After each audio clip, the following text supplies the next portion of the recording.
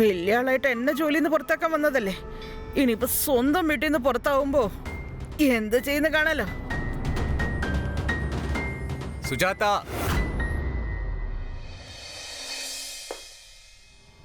Sir, നിങ്ങളിവിടെ എന്റെ വീട്ടില്?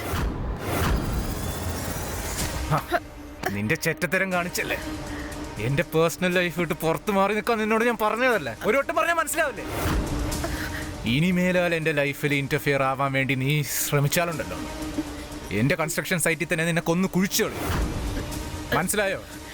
പോടി. ഇത് നീ ചെയ്യാൻ പാടില്ലായിരുന്നു. ഇനി ഞാൻ കാണിച്ചു തരാം എനിക്ക് എന്താ ചെയ്യാൻ പറ്റുക എന്നുള്ളത്.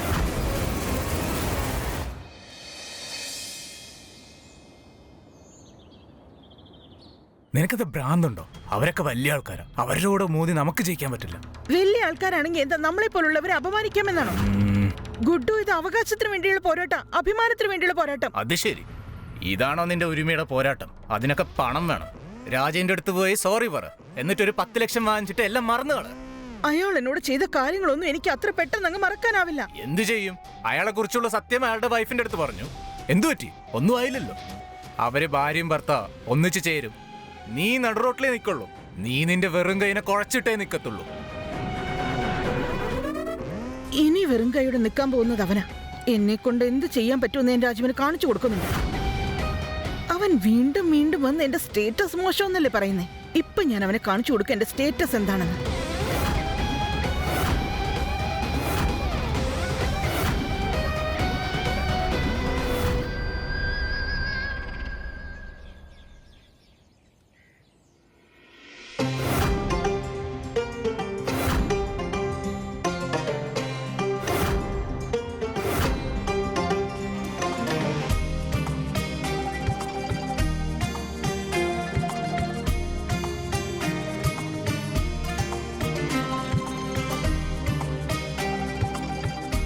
ദൈവം നിങ്ങൾക്ക് കൂട്ടുണ്ടാവും. ആരുടെ ദൃഷ്ടിയും നിങ്ങൾ മേൽ പെടാൻ പാടില്ല. നമ്മൾ എപ്പോഴും സന്തോഷമായിട്ട് ഇരിക്കണം. എനിക്ക് പ്രോമിസ് ചെയ്യേ, നിങ്ങൾ ആ പെണ്ണിനെയോ വേറെ ആരെയോ മീറ്റ് ചെയ്യാൻ പാടില്ല. നിങ്ങൾക്ക് ആരെടുത്തൊരു തെറ്റായ റിലേഷനും ഉണ്ടാവാൻ പാടില്ല. എനിക്ക് പ്രോമിസ് ചെയ്യേ. നീയാണ് സത്യം. ഒറ്റവട്ടം ആ തെറ്റ് നടന്നുള്ളൂ. ഇനി ഞാനത് എന്നും ആവർത്തിക്കില്ല.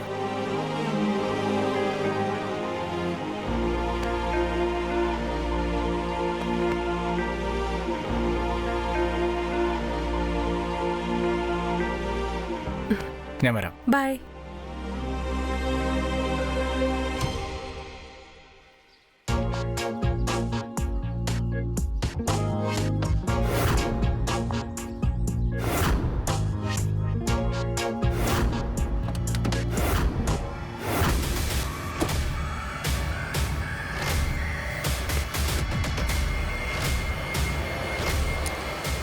രാജീവ്, എനിക്കൊരു കാര്യം അറിയണം.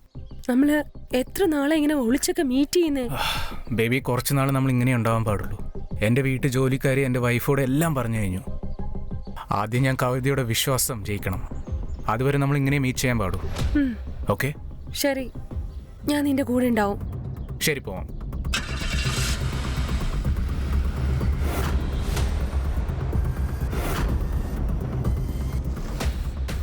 പട്ടിയുടെ വാല് നേരെയാക്കാൻ പറ്റുമായിരിക്കും, പക്ഷെ ഈ ആണുങ്ങളെയല്ല. എന്റെ സ്റ്റേറ്റസ് എന്താണെന്നല്ലേ നീ ചോദിച്ചത്? ഇനി നിന്റെ സ്റ്റേറ്റസ് എന്താന്ന് ഞാൻ കാണിച്ചു തരാം.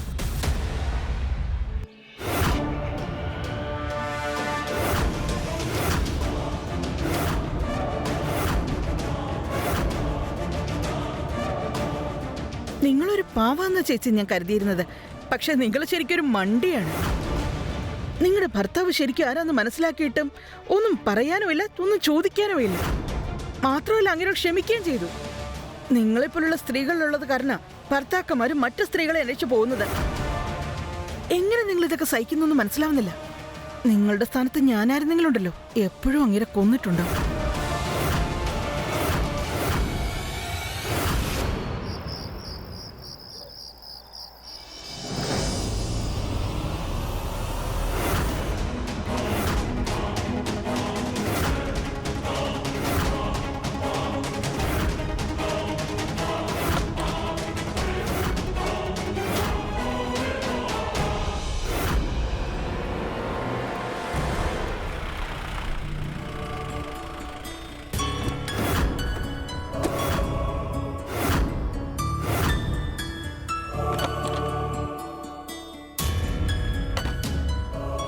അങ്കിത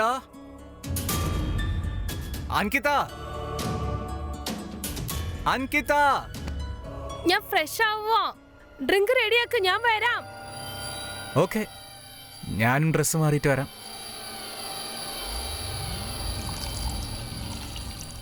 അങ്കിത 10 മിനിറ്റ് ആയി, പെട്ടെന്ന് വായോ. എത്ര നേരമായിട്ടാ നീ ബാത്റൂമിന്റെ ഉള്ളില്? ഡ്രിങ്ക്സ് റെഡിയാണ്, എന്റെ മൂഡും സെറ്റാണ്. പെട്ടെന്ന് വാ.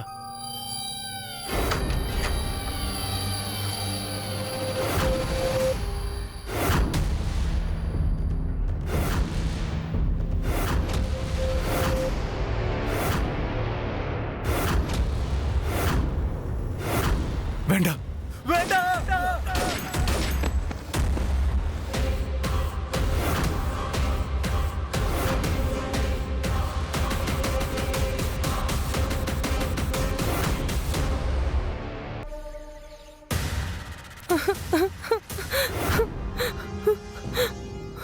കരഞ്ഞിട്ട് പ്രയോജനമൊന്നുമില്ല. എന്താ നടന്നേന്ന് സത്യം പറ. മാം, ഞാനും രാജീവും അങ്ങോട്ടും ഇങ്ങോട്ടും സ്നേഹത്തിലായിരുന്നു. ആർക്കും അറിയാതെ നമ്മൾ വേറൊരു വീട്ടിലായിരുന്നു കാണുന്നത്.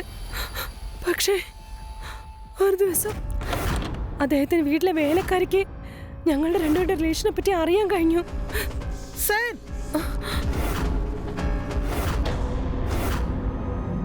സുജാത, അവര് ഞങ്ങളുടെ റിലേഷനെ പറ്റി അദ്ദേഹത്തിന്റെ വൈഫിനോട് പറഞ്ഞു.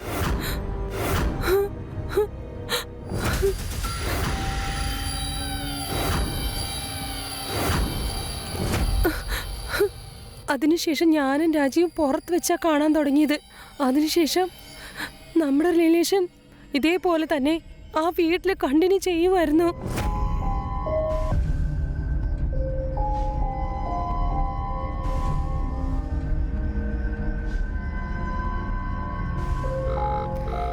ഹലോ രാജീവ്, ഞാൻ വീടിന് പുറത്താ നിൽക്കുന്നത്. നീ എവിടെയാ ഉള്ളത്? എപ്പോ വരുമെന്ന് പറ, ഞാൻ ഇവിടെ തന്നെ വെയിറ്റ് ചെയ്യട്ടെ. ഞാൻ 5 മിനിറ്റിനകം വരാം. ശരി, I love you. Please come fast, I am waiting for U.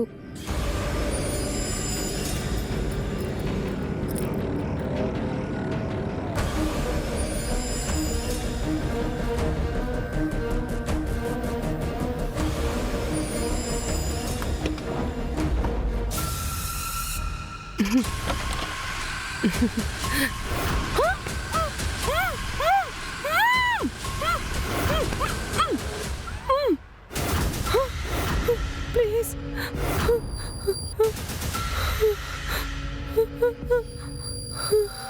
Ankita,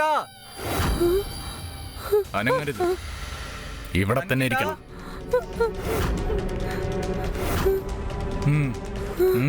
ഞാൻ ഫ്രഷ് ആവുക. ഡ്രിങ്ക് റെഡിയാക്ക്, ഞാൻ വരാം.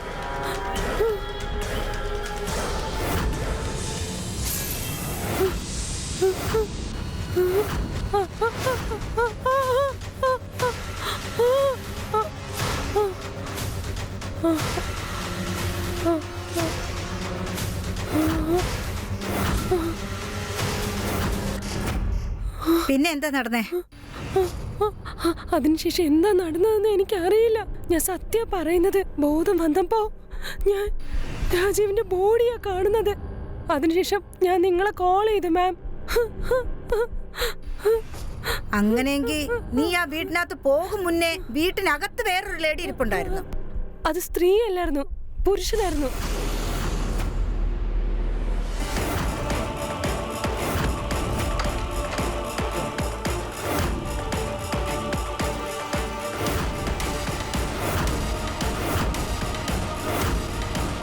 വേണ്ട. ആ ആണ് സാരി എടുത്തിട്ടുണ്ടായിരുന്നു മാം. ആണായിരുന്നോ? അതെ മാഡം. അവന്റെ മുഖം നിനക്ക് ഓർമ്മയുണ്ടോ? Yes ma'am. എത്രയും പെട്ടെന്ന് അവരുടെ സ്കെച്ച് വരച്ചെടുക്ക. അവന്റെ ഫോട്ടോ ഇന്റർനെറ്റിൽ വൈറലാകട്ടെ.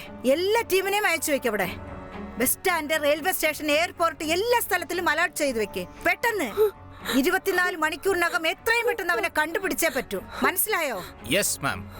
വേറൊരു വിഷയം, ഇപ്പോ തന്നെ നിങ്ങൾ രണ്ടുപേരും കവിതയുടെ സുജാതയുടെ വീട്ടിൽ പോണം. ആ വീട് ശ്രദ്ധിച്ചോണം. എന്തെന്നാൽ ഈ കൊലക്കുറ്റത്തിൽ ഡയറക്റ്റ് ആയിട്ടോ ഇൻഡയറക്റ്റ് ആയിട്ടോ അവർക്ക് രണ്ടുപേർക്കും കണക്ഷൻ കാണും. പോയിക്കോ. ശരി മേഡം.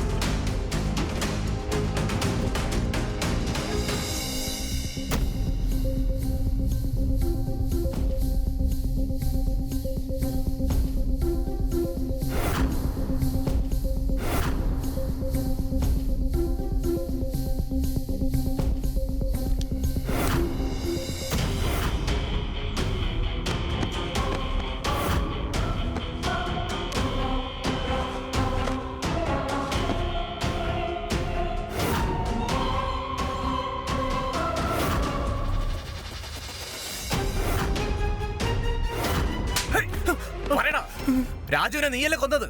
സാർ, രാജുവിനും എനിക്ക് ഒരു പകയുമില്ല. സുജാത പറഞ്ഞിട്ടാ ഞാൻ അവനെ കൊന്നത്.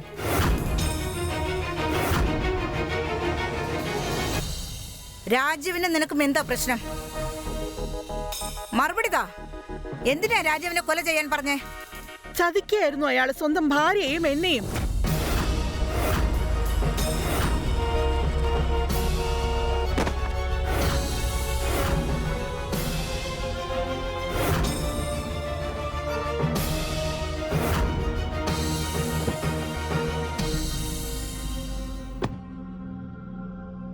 നിങ്ങൾ പേടിച്ചു പോയോ? ഞാൻ നിങ്ങൾക്ക് ലിഫ്റ്റ് തരാന്ന് കരുതിയ കാറ് നിർത്തിയത്. എല്ലാം ഞാൻ തന്നെ എടുത്തു തരാം. അല്ല സർ, അതൊന്നും വേണ്ട. സാർ ഒരു വലിയ ആളല്ലേ, ഞാൻ ഇതൊക്കെ ചെയ്തോളാം. ആരും ഇവിടെ വലിയ ആളൊന്നും അല്ല, എല്ലാരും ഒന്നാണ്.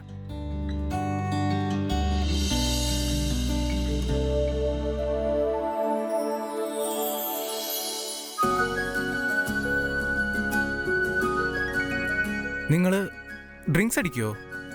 അത് ഇടയ്ക്കെപ്പോഴെങ്കിലും ഒന്ന് റിലാക്സ് ആവാനായി ചെയ്യാറുണ്ട്. എന്റെ ഒപ്പം കുടിക്കുവോ?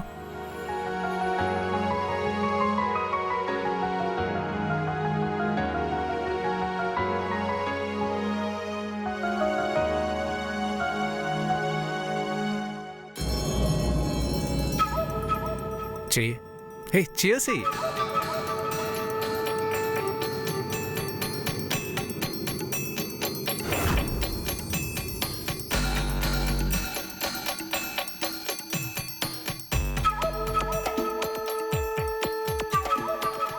ആദ്യമായിട്ടാ ഞാൻ ഇനി ഒരാളുടെ കൂടെ ഇതുപോലെ കാറിലിരുന്ന് ഡ്രിങ്ക്സ് കഴിക്കുന്നത്. എന്റെ ഒപ്പം കൂടിക്കോ. പിന്നെ നിന്റെ കൂടെ കാറിലോ ബാറിലോ എവിടെയാണെങ്കിലും ഞാൻ എപ്പോഴും വരാം. നിങ്ങൾ മുതലാളിയാണ്, അതുപോലെ ഞാൻ വേലക്കാരിയും. നമ്മൾ തമ്മിൽ എങ്ങനെയൊരു സൗഹൃദം സാധ്യമാവുന്നത്? എന്തുണ്ടാവില്ല. ഈ ലോകത്ത് മുതലാളി തൊഴിലാളി അങ്ങനൊന്നും ഒന്നുമില്ല. ലോകത്ത് ആണുങ്ങളുണ്ടാവും, പെണ്ണുങ്ങളുണ്ടാവും. ഞാനൊരാൺ, നീ ഒരു പെണ്ണ്.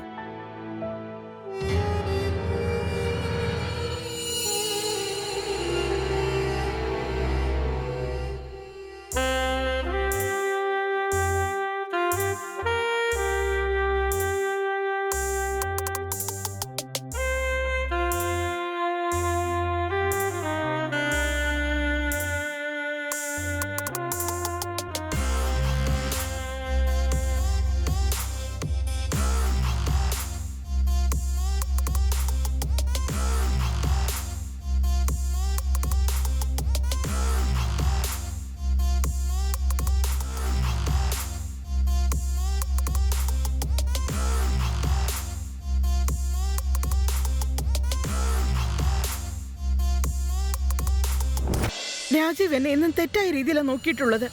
ഞാനും അയാളുടെ കയ്യിലെ കാശ് കണ്ട് ഒന്ന് വഴിതെറ്റി. എന്നിട്ട് അയാളുമായി ഒരു ബന്ധം സ്ഥാപിച്ചു.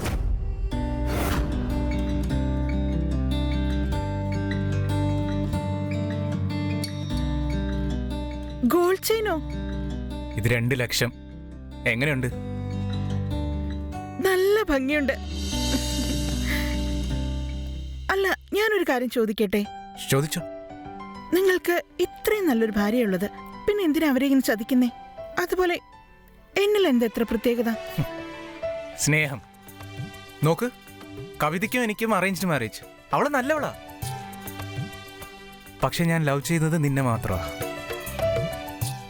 എന്നോട് ഇത്രയധികം സ്നേഹം ഉണ്ടെങ്കിൽ പിന്നെ അവരെ ഡിവോഴ്സ് ചെയ്ത് എന്തുകൊണ്ട് എന്നെ കല്യാണം കഴിക്കുന്നില്ല? ഹേ വട്ടാണോ? അവളെ ഡിവോഴ്സ് ചെയ്താ മൊത്ത പൈസ ആലിമണിയിൽ പോവും. പിന്നെ ഈ കോസ്റ്റ്ലി ആയ ഗോൾഡ് ചെയിനൊന്നും എനിക്ക് വാങ്ങിത്തരാൻ പറ്റൂല നിനക്ക് വേണ്ടി. അവളെന്റെ വൈഫായിക്കോട്ടെ. നീ എന്റെ ഹൃദയത്തിന്റെ റാണി ആയിക്കോ. ഓക്കെ അല്ലേ?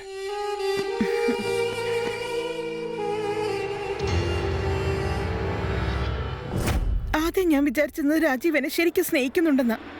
പിന്നെ ഒരു ദിവസം അയാളുടെ സത്യം എന്റെ കൺമുന്നിൽ കണ്ടു. ഞാൻ അയാളെ ആ സ്ത്രീയോടൊപ്പം കൈയോടെ പൊക്കുകയായിരുന്നു. സർ,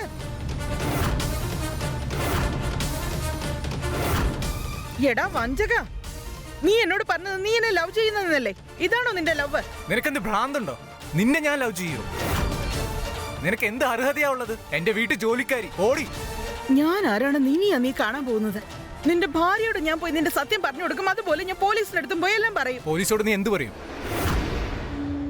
ഞങ്ങൾ രണ്ടുപേരും നിന്നെ വേണ്ടെന്ന് പറഞ്ഞു. എന്നാലും നീ ഡ്യൂപ്ലിക്കേറ്റ് കീ വെച്ച് ഉള്ളിൽ കയറി അല്ലേ? എന്ത് ചെയ്യാനാ ഉള്ളിൽ കയറിയേ? കക്കാനല്ലേ അല്ല കൊല്ലാനാണോ?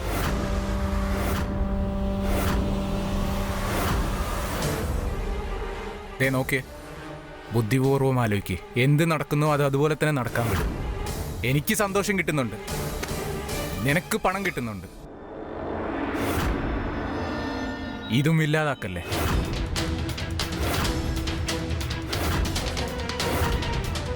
മനസ്സിലായോ?